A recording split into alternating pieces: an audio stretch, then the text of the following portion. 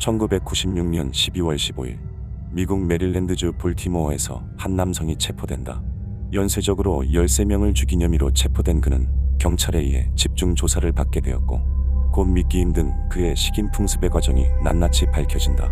1953년 3월 2일 볼티모어에서 태어난 조셉 로이 매신이 그의 나이 6살 무렵 알코올 중독이었던 아버지가 교통사고로 세상을 떠나면서 어머니 그리고 6명의 형제와 함께 다소 어두운 성장기를 보내게 된다.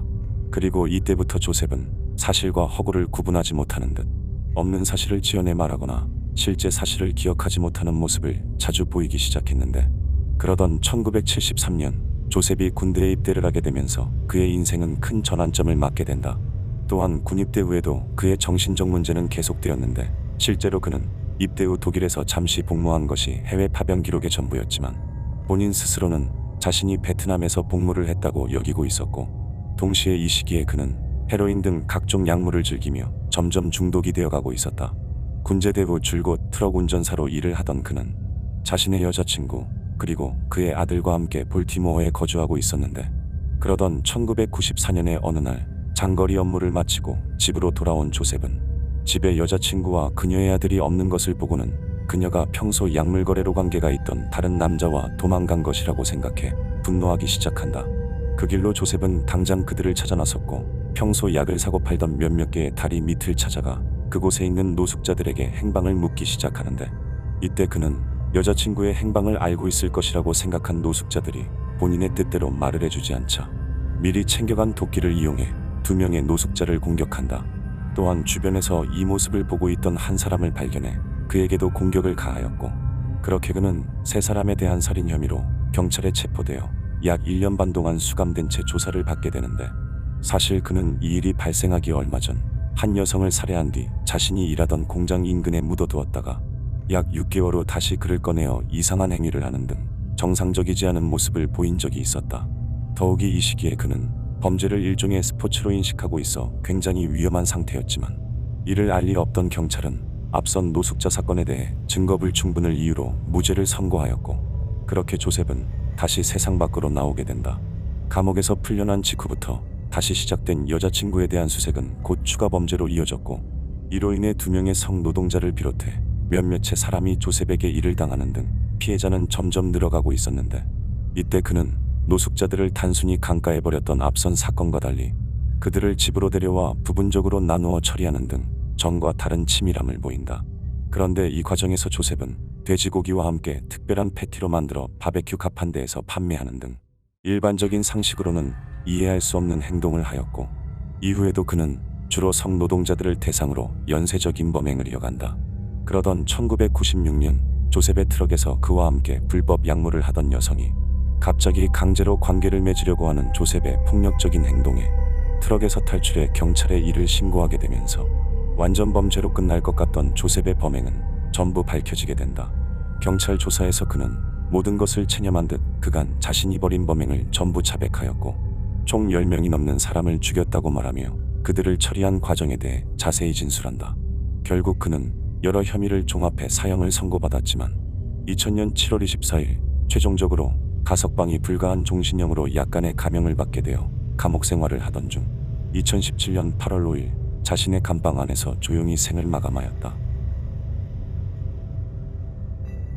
2005년 2월 25일 30년 동안 흔적조차 찾을 수 없던 한 범죄자의 신원이 작은 실수 하나로 인해 마침내 밝혀졌다. 그는 오랜 기간 평범한 아버지이자 다정한 남편, 그리고 독실한 기독교 신자이자 성실한 이웃으로 알려져 있었지만 사실은 철저한 이중 생활을 즐기던 은밀한 킬러였다. 1945년 3월 4명의 형제 중 장남으로 태어난 데니스 레이더. 그는 줄곧 캔자스주에서 생활하며 평범한 성장기를 보내던 중 고양이와 개를 매달아 두고 관찰하거나 여성의 속옷을 입는 등 순간의 호기심으로 인해 잘못된 성적 패티시를 갖게 된다. 그리고 이것은 그가 대학 졸업 후 공군에 입대해 세계 각지에 주둔하게 되면서 더욱 과감한 행동으로 발전하는데, 그는 주로 옷을 벗고 있는 여성들을 엿보거나 속옷을 몰래 훔치는 행위를 일삼았고, 이것은 그가 결혼을 한 1971년이 될 때까지 약 5년간 지속되었다. 하지만 더 이상 그동안의 행위로는 만족을 할 수 없게 된 레이더는 결혼 후 행복한 생활을 이어가던 중 자신만의 은밀한 이중 생활을 시작한다. 1974년 1월 15일 자신의 회사 동료였던 A를 범행 대상으로 삼아 치밀하게 일을 계획한 레이더는 A의 집에 도착해 집 밖에 있던 전화선을 끄는 뒤 벨을 눌러 안으로 들어간다. 그곳에서 먼저 집에 있던 동료 A의 부인과 그의 두 자녀를 차례로 숨지게 한 레이더는 이후 A가 집으로 돌아오자 그에게도 같은 방법으로 일을 저지른 뒤 이상 성향의 흔적을 남겨둔 채 집을 떠난다. 그는 어린 시절 잘못된 경험으로 이상 성향에 대한 쾌락을 느낀 뒤부터 사람을 압박하거나 고통을 주는 것에 알 수 없는 쾌락을 느껴왔고, 이 때문에 범행 후 현장에 자신의 액체를 남겨두는가 하면 그들의 사진을 찍거나 속옷을 기념품으로 챙기는 모습을 보였다. 첫 번째 사건이 발생한 지 불과 3개월이 지난 4월 4일 그는 두 번째 범행 대상으로 한 젊은 여성을 목표로 삼았는데, 그녀가 집에 돌아오면 이를 저지를 계획으로 집 안에서 숨을 죽이고 기다리던 그는 얼마 후 문이 열리고 여성이 들어오자 즉시 그를 압박해 질식시켰다. 그리고 이때 여성과 함께 집으로 들어온 그녀의 오빠는 레이더로부터 총을 맞았지만 가까스로 목숨을 건지게 되어 경찰에 그에 대한 인상착의를 증언하는데, 그 내용 중에는 정신병이 있는 듯한 눈을 하고 있었다라는 내용이 있었다. 두 건의 강력 사건이 있었음에도 당시의 기술력으로는 범인을 잡기는커녕 신원을 확인할 수조차 없는 상황이었고, 이 때문에 레이더는 자신의 은밀한 이중생활의 우월감을 느끼며 자신의 범행 과정과 조롱의 메시지를 담은 편지를 국립도서관의 교과서 사이에 넣어두는 형태로 언론과 지역신문에 메시지를 남기는데, 이러한 행동은 추후 사건을 해결하는 데 결정적인 역할을 하게 된다. 또한 레이더는 편지를 통해 나 스스로 자신을 통제하기 어려우며 나는 묻고 고통을 주고 죽이는 BTK다라고 본인을 소개하며 추가 범행을 예고하기도 했다.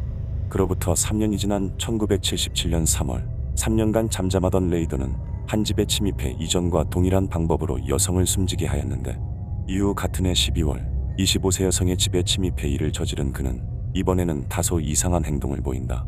이날 범행을 마친 레이더는 갑자기 거리에 설치되어 있던 공중전화를 이용해 직접 경찰서 교환원과 대화를 하며 땡땡땡에서 사건을 발견하게 될 것입니다라며 자신이 벌인 범죄 현장의 위치를 알려주었는데, 이 모습으로 보아 그는 범행을 저지를 때의 쾌감과 이를 들키지 않는 것에 대한 우월감을 느꼈던 것으로 판단되었다. 또한 그는 다음해 1월 연이어 저지른 추가 범행 이후 지역 방송사와 신문사에 자신의 범행 내용을 담은 시를 써서 보내는가 하면 편지를 통해 몇몇 미제 사건의 범인이 본인이라며 고백하였는데, 그는 이를 통해 자신의 이름이 널리 알려져 대중들로 하여금 자신을 공포의 대상으로 만들 계획이었다. 하지만 공포 분위기가 조성될 것을 우려한 방송사와 신문사가 이를 대중에 알리지 않자 레이더는 자신의 내용이 신문에 실리지 않은 것에 대한 불만을 적어 다시 편지를 보냈고, 그 내용에는 스스로 불리길 원하는 닉네임 리스트가 몇 개 적혀 있었다. 이후에도 그는 한 노인을 범행 대상으로 삼아 집에서 그녀를 기다렸지만 귀가가 너무 늦어지자 자신이 이곳에 있었다는 것을 알리는 메시지를 남겨둔 채 현장을 빠져나가는가 하면 자신의 집 근처에 살던 이웃을 비롯해 2명의 인원에게 공격을 가하였는데, 그러던 1991년 1월경 그는 갑자기 모든 범죄 행위를 중단한 뒤 사라진다. 이후 레이더는 자신의 일상으로 돌아와 새로운 직장에서 일을 시작하였고, 동시에 보이스카우트 부대 지도자이자 교회의 회장으로 활동하며 주변인들로부터 규칙을 엄격하게 잘 지키는 사람으로 여겨지고 있었는데, 그러던 2004년 1월 BTK의 첫 번째 범행이 있은 지 30주년이 되던 이날, 그와 관련된 수많은 기사와 뉴스가 TV에서 방영되기 시작하자 이것을 본 레이더는 잊고 있던 쾌락의 기억을 되살리기 시작한다. 이로 인해 다시 활동을 시작한 그는 약 1년이 지난 2005년 2월까지 그간 자신이 모아둔 피해자들의 물건과 사진들, 그리고 범행 스토리를 적은 섬뜩한 편지들을 지속적으로 방송사에 보냈고, 마치 자신에 대한 힌트를 주듯 피해자의 마지막 모습을 재현한 사진과 그와 같은 자세로 만들어진 인형을 지역 곳곳에 가져다 둔 뒤 위치를 알려주기도 했다. 그러던 2005년 2월 레이더는 컴퓨터 디스크를 통해 자신의 메시지를 전달하게 되는데, 이때 사건을 담당하고 있던 사이버 경찰이 디스크 내부에 숨겨진 메타데이터를 통해 한 교회 소속의 데니스라는 자가 이를 사용했다는 것을 알게 되었고, 해당 교회 이름을 인터넷에 검색하자 그곳의 회장으로 데니스 레이더라는 이름이 명시되어 있었다. 이후 경찰은 수년간의 조사 과정에서 미리 수집해둔 DNA와 레이더의 딸로부터 확보한 DNA가 일치함을 확인한 뒤 데니스가 범인임을 확신하게 되었고, 결국 2005년 2월 25일 아내와 함께 점심을 먹으러 가던 데니스를 현장에서 체포한다. 즉시 10건의 1급 살인 혐의로 기소된 데니스 레이더는 모든 혐의에 대해 유죄가 인정되어 사형을 받아야 했지만 당시 그가 범행을 저지른 기간은 해당 지역에서 잠시 동안 사형제도가 중단되어 있던 기간으로 아쉽게도 그는 가석방 가능성이 없는 175년의 종신형을 선고받는 데 그쳤다. 한편 그의 주변 지인들과 아들, 딸을 비롯한 모든 가족들은 사건이 알려지면서 굉장한 충격에 빠지게 되었고, 레이더의 딸 캐리는 킬러의 딸이라는 자서전을 출간해 자신의 심정을 설명하였다. Wanted to get the car. I was hungry, food. I was wanted, and asked him to lie down in the living room. And at that time, I realized that wouldn't be a really good idea. So I finally. 오늘 영상은 여기까지입니다. 영상이 마음에 드셨다면 좋아요만 부탁드립니다. 끝까지 봐주셔서 감사합니다.